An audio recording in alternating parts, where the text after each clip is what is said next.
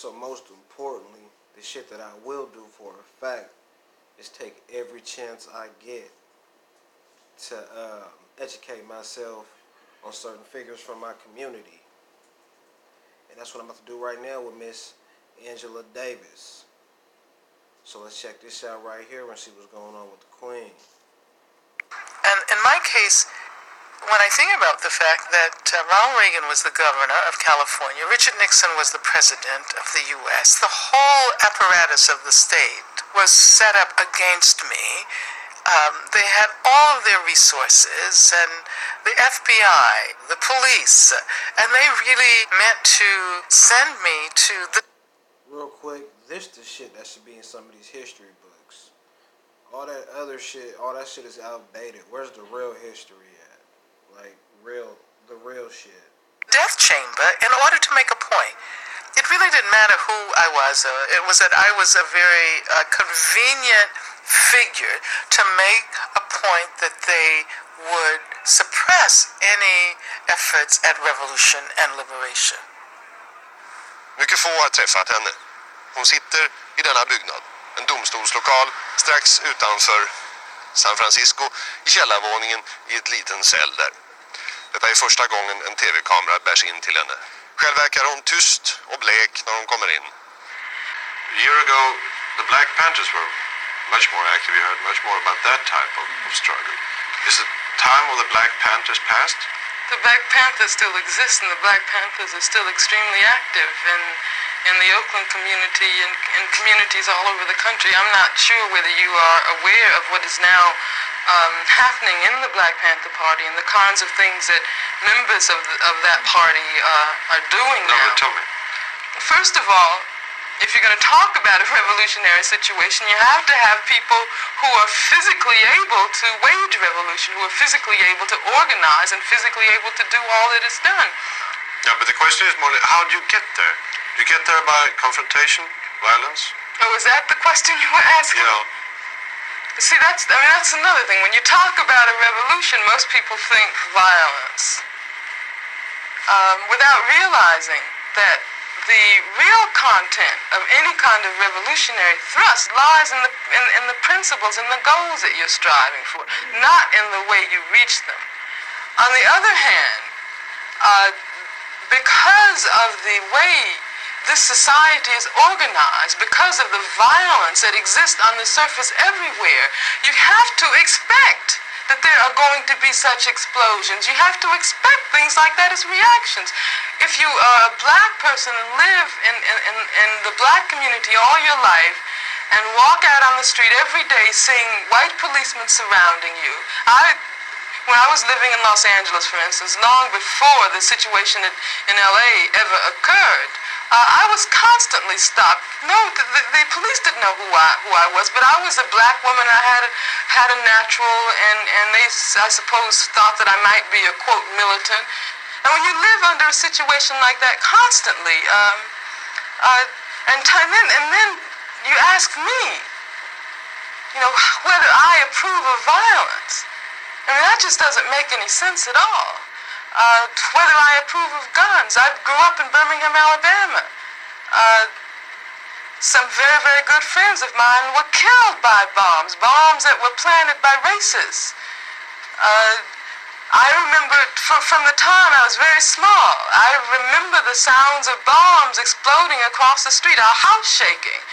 I remember my father having to have guns at his disposal at all times because of the fact that at any moment we might expect to be attacked. The man who was at that time in complete control of the city government, his name was Bull Connor, would often get on the radio and make statements like, niggers have moved into a white neighborhood, we better expect some bloodshed tonight. And sure enough, there would be bloodshed. After the 4 young girls who lived, one of them lived next door to me. I was very good friends with the sister of another one. My sister was very good friends with all 3 of them. My mother taught one of them in her class. My mother, in fact, when the bombing occurred, one of the mothers of one of the young girls called my mother and said, can you take me down to the church to pick up Carol? We heard about the bombing, and I don't have my car. And they went down, and what did they find? They found limbs and heads strewn all over the place. And then after that, in my neighborhood, all the men organized themselves into an armed patrol. They had to take their guns and patrol our community every night because they did not want that to happen again. I mean, that's why when someone asks me about violence, I just find it incredible. What it means is that the person who's asking that question has absolutely no idea what black people have gone through, what black people have experienced in this country since the time the first black person was kidnapped from the shores of Africa.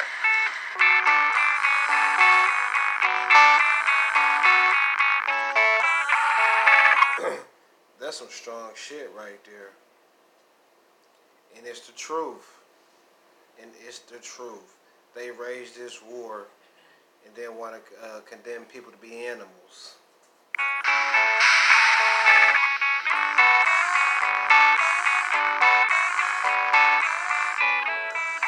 In this period, the pain to remain the same outweighed the pain to change.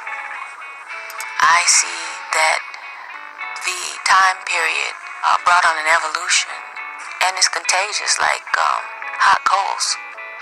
One ignites the next, and the next, and the next, and the next. When you get tired enough is when you begin to want to sacrifice everything inside of you. The fear just leaves. This is what happened in this time period.